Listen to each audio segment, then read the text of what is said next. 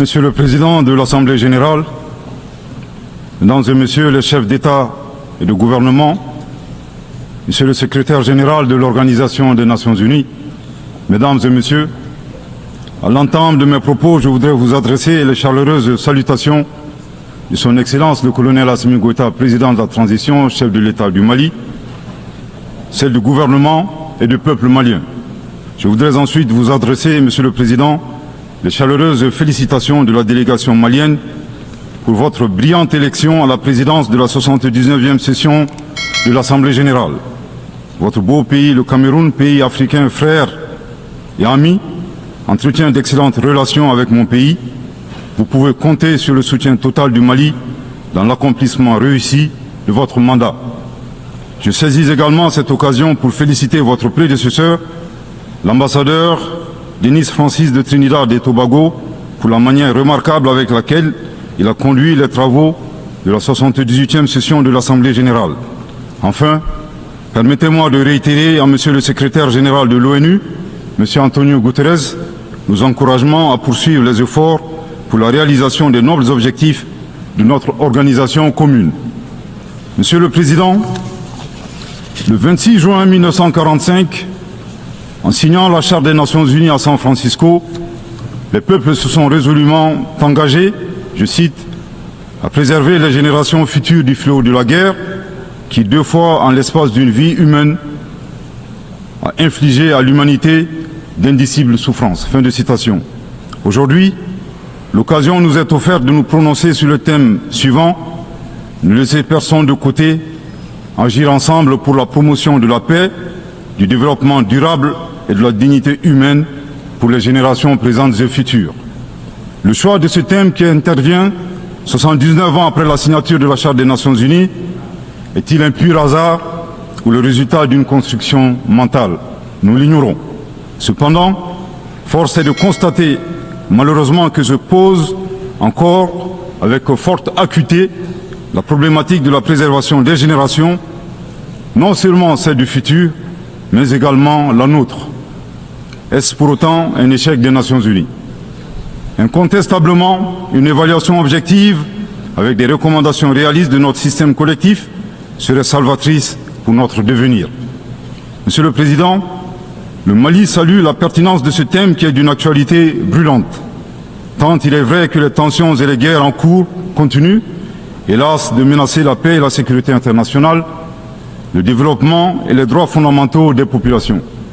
Cette remarque est celle d'un pays qui a connu depuis 2012 une crise multidimensionnelle complexe ayant entraîné la perte de plus de la moitié de son territoire et de nombreuses victimes innocentes, suite à une association à la fois incestueuse et opportuniste de groupes terroristes et de groupes armés.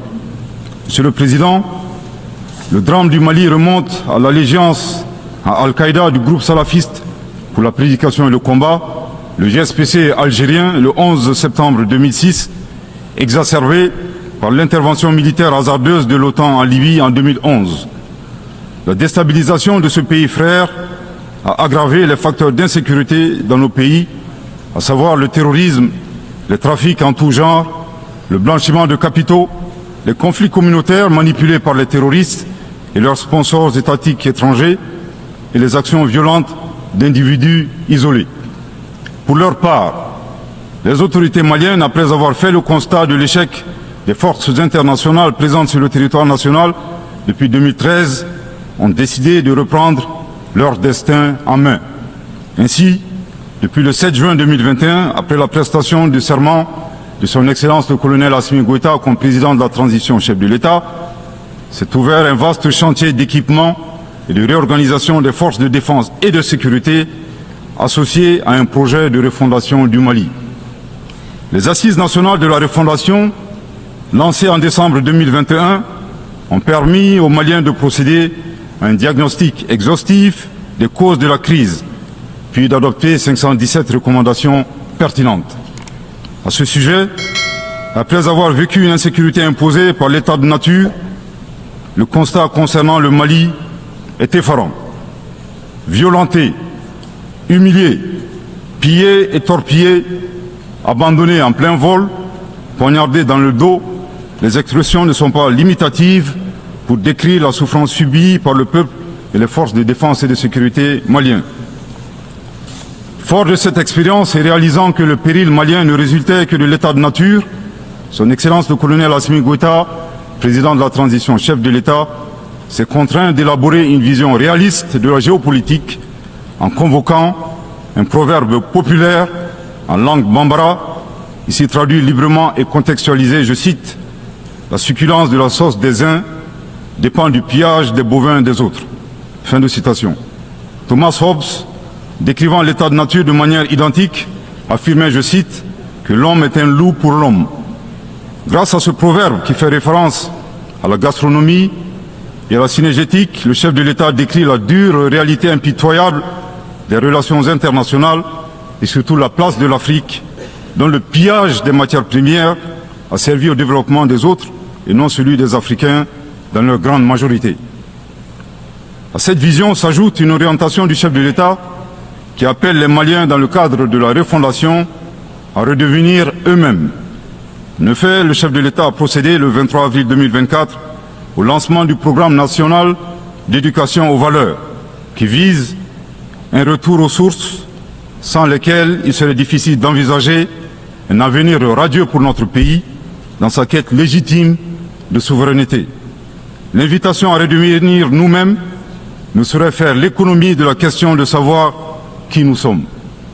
La réponse immédiate à cette interrogation est donnée par la devise du Mali, un peuple, une grande famille, nation cosmopolite, un but, magnifier la diversité dans l'unité, unis pour bâtir le bien commun, et enfin une foi, la foi à ce que Dieu a donné comme ressource pour la réalisation de la prospérité. En vue de donner plus de relief à la définition du malien, le professeur Ibrahim Diaye, expert au sein du comité chargé de la mise en œuvre du programme national d'éducation aux valeurs, indique que le malien se caractérise d'une part par 5 valeurs cardinales, à savoir l'humanitude, l'empathie, l'obligation de transmettre les valeurs humaines aux générations futures, le sens de l'honneur, l'acceptation de la différence et de l'altérité au plan sociétal, humain et culturel, et d'autre part, 5 principes inviolables en lien avec le pays lui-même, à savoir un Mali indivisible, inaliénable, non hypothécable, nul ne peut en disposer comme propriété privée, impérissable. Monsieur le Président, en privilégiant d'être eux-mêmes, les Maliens créent une 3e voie, ne pas devenir des prédateurs, des barbares sans foi ni loi, à la recherche des bovins d'autrui, ne pas devenir les éternelles victimes impuissantes face à la prédation. La voie médiane promue par le Mali consiste à réaliser notre développement en empruntant un chemin plus vertueux. Veiller au respect de notre souveraineté tout en respectant celle des autres. Refuser l'hétéronomie tout en refusant de nous ingérer dans les affaires intérieures des autres. Être ouvert à tous les partenariats sur une base gagnant-gagnant. Aussi, il est important de relever que ces principes et valeurs caractérisent, mutatis mutandis, les peuples frères du Burkina Faso et de la République du Niger. Concernant le processus de transition politique au Mali, il convient de rappeler que, à l'issue des assises nationales de la refondation, le peuple malien a fait le choix de mener des réformes politiques avant d'organiser les élections, en vue d'ancrer profondément une gouvernance vertueuse. La mise en œuvre des recommandations des assises a permis d'engranger des résultats tangibles, notamment la mise en place de l'autorité indépendante de gestion des élections, l'adoption de la nouvelle constitution le 22 juillet 2023, suite à un référendum bien organisé, le parachèvement de la réorganisation territoriale et administrative, le renforcement de la lutte contre la corruption et la transparence de l'action publique, la relecture du code minier plus équitable et favorisant le contenu local. Monsieur le Président, soucieux de pérenniser l'unité nationale, fondement de tout développement, le chef de l'État a annoncé le 31 décembre 2023 la tenue du dialogue intermalien pour la paix et la réconciliation afin, dit-il, d'éliminer les racines des conflits communautaires et intercommunautaires dans le but ultime de réconcilier les communautés. Respectant une approche participative et inclusive, le dialogue intermalien qui s'est déroulé en 3 phases, communale, régionale et nationale, a permis aux Maliens de l'intérieur et de la diaspora d'échanger en toute transparence en vue de trouver des solutions endogènes de prévention, de gestion et de règlement des conflits. À la différence de l'accord pour la paix et la réconciliation issu du processus d'Alger, dont certains groupes signataires ont ouvertement basculé dans le terrorisme et qui était devenu un prétexte pour certains États de s'ingérer dans les affaires intérieures du Mali. Le dialogue intermalien a permis aux Maliens de laver leur linge sale en famille sans aucune interférence extérieure. Après la fin de l'accord d'Alger le 25 janvier 2024, aujourd'hui, le dialogue intermalien et ses recommandations officiellement remises au chef de l'État le 13 mai 2024 demeurent le seul cadre de règlement des conflits internes. Nous réitérons un appel à tous les Maliens à s'inscrire dans cette dynamique de réconciliation, une étape indispensable au retour à l'ordre constitutionnel apaisé et sécurisé grâce à l'organisation d'élections présidentielles. Sur le plan de la lutte contre l'insécurité, depuis que les forces de défense et de sécurité maliennes ont lancé des actions offensives de manière autonome, de nombreux succès ont été remportés sur le terrain de la lutte contre le terrorisme. Toutes les régions ont été reprises des mains des groupes terroristes, notamment la région de Kidal, le 14 novembre 2023, à la suite d'une opération militaire mémorable. Aujourd'hui, les groupes terroristes ont été sérieusement affaiblis. Les forces de défense et de sécurité sont déployées sur l'ensemble du territoire national. En outre, les actions offensives de nos forces se poursuivent pour démanteler les réseaux terroristes résiduels. Le gouvernement du Mali reste conscient que la réponse uniquement sécuritaire a ses limites. C'est la raison pour laquelle, en appui à l'action militaire, le gouvernement du Mali s'est doté d'une stratégie globale et intégrée ayant pour objectif la restauration de l'autorité de l'État sur l'ensemble du territoire national. Elle comprend des mesures politiques, administratives, de développement économique et social, y compris le dialogue avec les groupes armés et la fourniture des services sociaux de base à nos braves populations. En dépit de ces résultats fort appréciables, ces groupes criminels gardent encore une certaine capacité de nuisance dans leur tentative désespérée de porter atteinte à notre intégrité territoriale et de terroriser nos populations. Avec, et je me dois de le déplorer du haut de cette tribune, le soutien de sponsors étatiques étrangers. Les sponsors étatiques étrangers. Après des années de dénonciation de ces acteurs étatiques qui soutiennent le terrorisme international, les autorités ukrainiennes ont violé ouvertement et de manière inédite la Charte des Nations Unies ainsi que les conventions et résolutions pertinentes des Nations Unies relatives à la prévention et à la lutte contre le terrorisme. Lorsque des officiels de ce pays, ayant confondu la scène internationale et la scène de théâtre, ont avoué la participation active de leur pays à la lâche attaque terroriste ayant visé une patrouille des forces de défense et de sécurité du 24 au 26 juillet 2024 à Tinzaouatin dans la région de Kidal. Monsieur le Président, au regard de la complexité de la situation au Sahel, et motivés par leur seul désir de prendre le destin de leur pays en main, Leurs Excellences, le capitaine Ibrahim Traoré, président du Faso, chef de l'État du Burkina, le colonel Assimi Goïta, président de la transition, chef de l'État du Mali, et le général de brigade Abdourahmane Tiani, président du Conseil national pour la sauvegarde de la patrie, chef de l'État du Niger, ont dans un premier temps institué l'Alliance des États du Sahel, une architecture de défense collective et d'assistance mutuelle dans la lutte contre le terrorisme, en signant la charte du Litpako-Gourmand le 16 septembre 2023.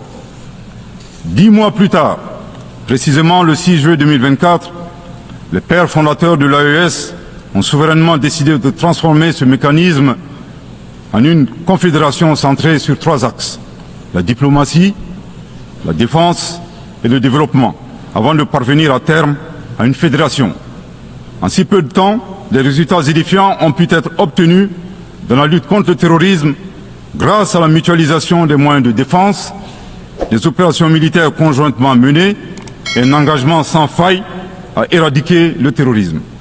C'est la raison pour laquelle les États membres de la Confédération des États du Sahel ont adressé le 19 août 2024 une lettre conjointe au Conseil de sécurité des Nations Unies pour dénoncer le soutien des autorités ukrainiennes au terrorisme international, condamner l'agression contre le Mali, demander au Conseil de sécurité de prendre des mesures appropriées contre les autorités ukrainiennes. Soit dit en passant, qu'il me soit permis de rappeler que ce nouvel envoi de lettres intervient pendant que le Mali attend encore la suite réservée à une précédente lettre de saisine du Conseil de sécurité des Nations Unies en date du 15 août 2022 afin d'exposer les actes d'agression français à son encontre ainsi que leur implication dans la promotion de 3 formes de terrorisme au Sahel, à savoir le terrorisme armé, le terrorisme économique et le terrorisme médiatique.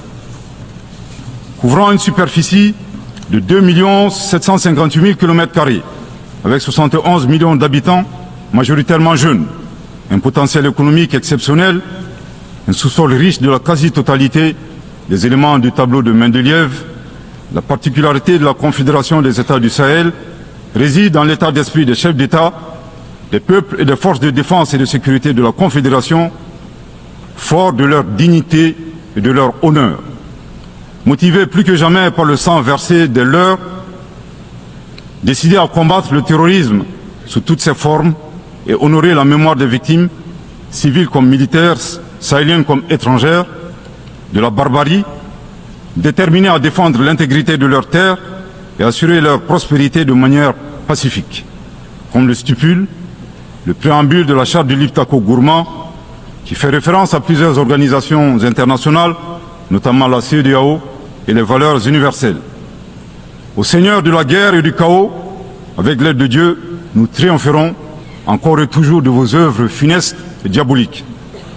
Curieusement, depuis la création de l'AES, nous avons été surpris par l'hostilité farouche avec laquelle elle a été accueillie, en particulier par certains responsables de la CEDEAO, aux ordres d'entités impérialistes et néocoloniales.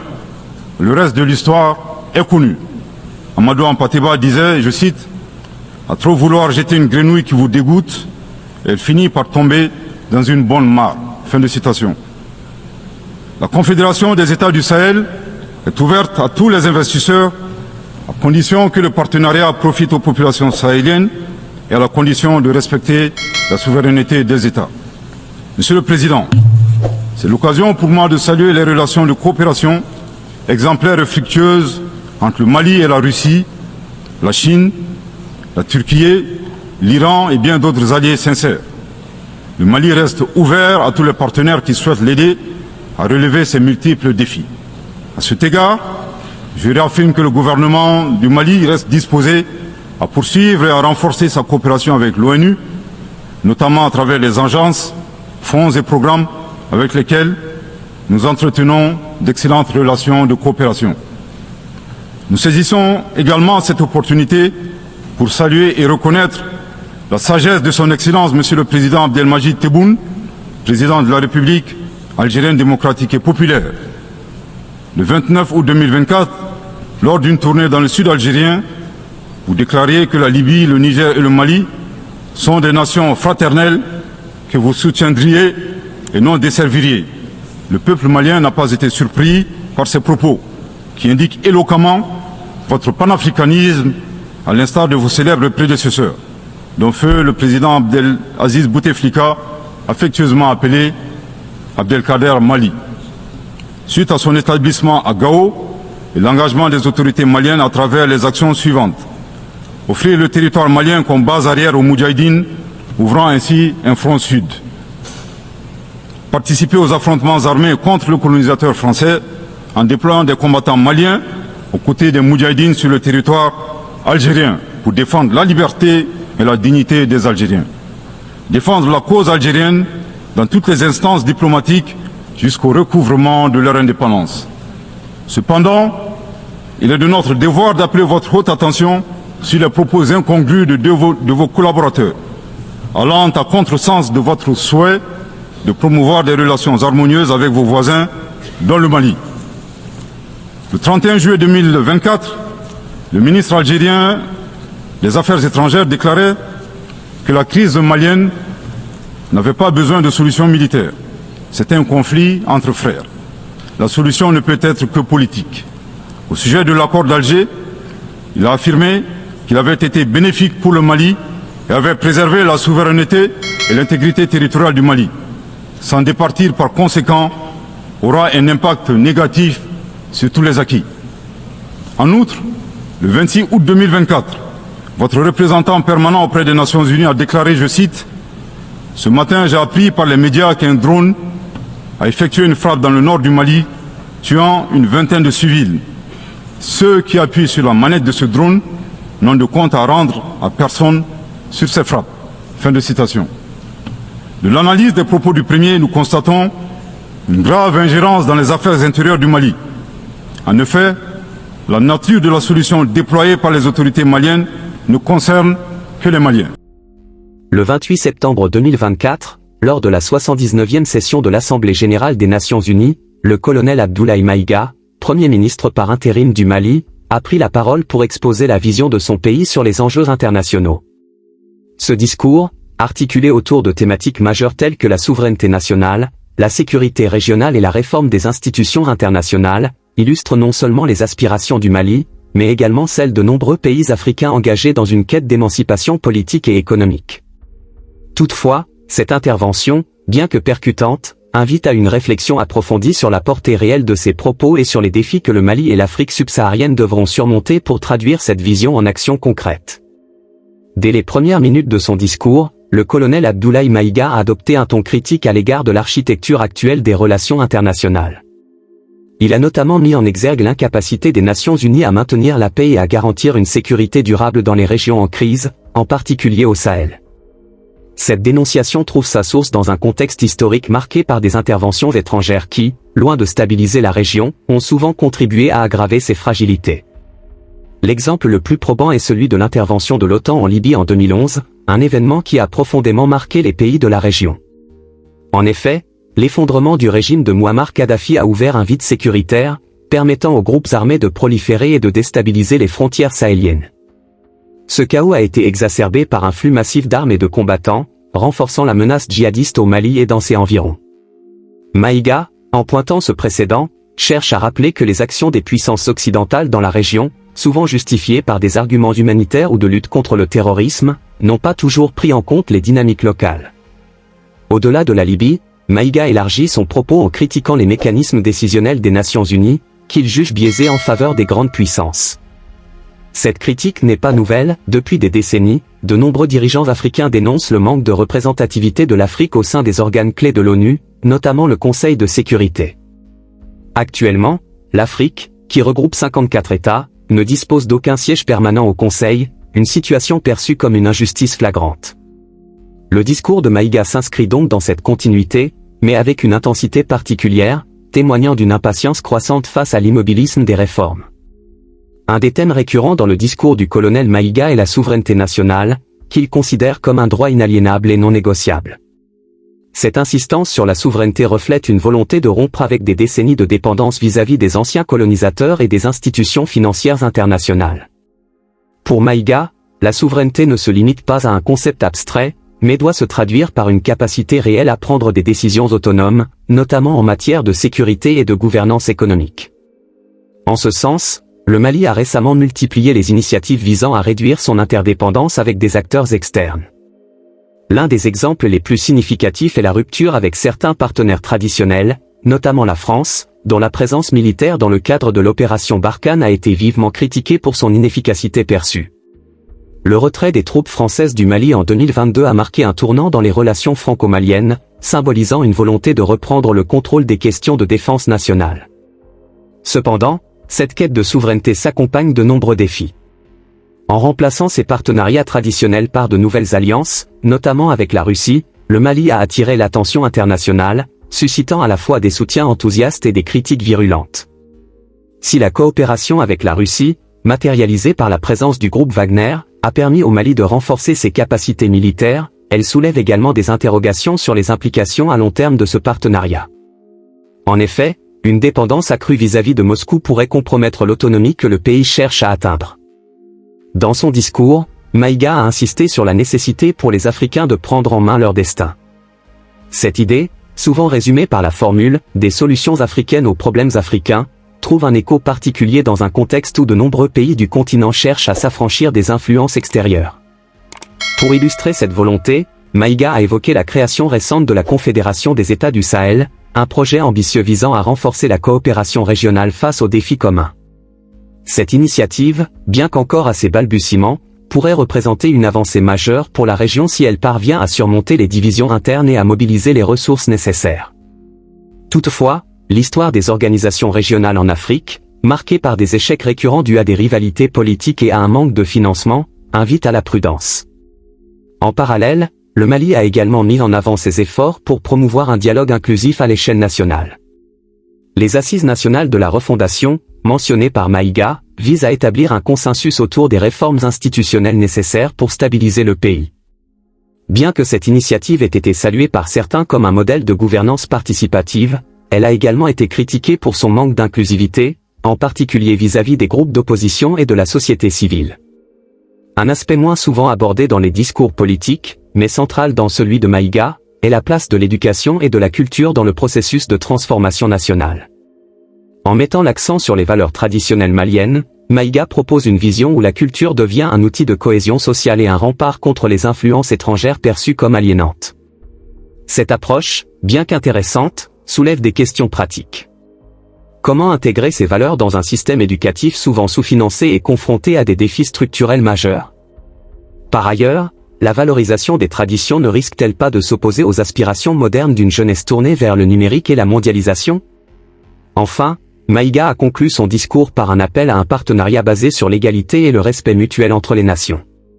Cette vision, bien que séduisante, reste difficile à réaliser dans un contexte international dominé par des rapports de force asymétriques. Pour que cette aspiration devienne réalité, le Mali devra non seulement renforcer ses institutions internes, mais aussi s'engager activement dans des alliances stratégiques avec d'autres pays du Sud global. La coopération Sud-Sud, souvent évoquée mais rarement mise en pratique à grande échelle, pourrait constituer une alternative crédible à la domination des grandes puissances. Le discours du colonel Abdoulaye Maïga à l'ONU est sans aucun doute un plaidoyer puissant pour une Afrique souveraine et indépendante.